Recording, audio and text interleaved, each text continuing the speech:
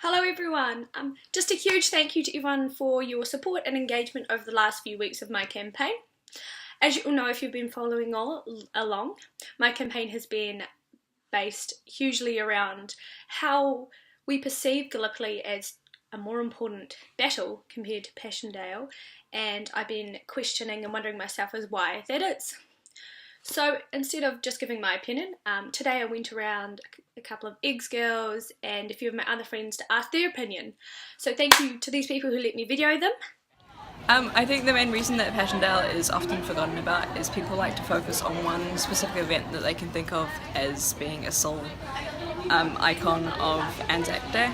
So they often look at Gallipoli as this one example of camaraderie between the two countries, and therefore they forget ones that lots of people would have died in and not necessarily won in. With wars like Vietnam, it's often forgotten about as well, despite how many people fought and what they were fighting for. People choose to focus on the negative, and therefore they choose to choose the positive ones instead when they're talking about it at Anzac. I reckon that Passchendaele doesn't get as much recognition as the Gallipoli does, because I feel like the Gallipoli commemorations have just been going on for longer and everyone knows about it, whereas the Passchendaele one has just started getting recognition, and I don't know why initially that happened, but since it's just become the norm, people don't know about it, so there's nothing really to commemorate if you don't know about it. But I think what you guys are doing is good, because then it will bring it out into the public a bit more, and then hopefully we'll be able to have a commemoration for that as well as the Gallipoli one.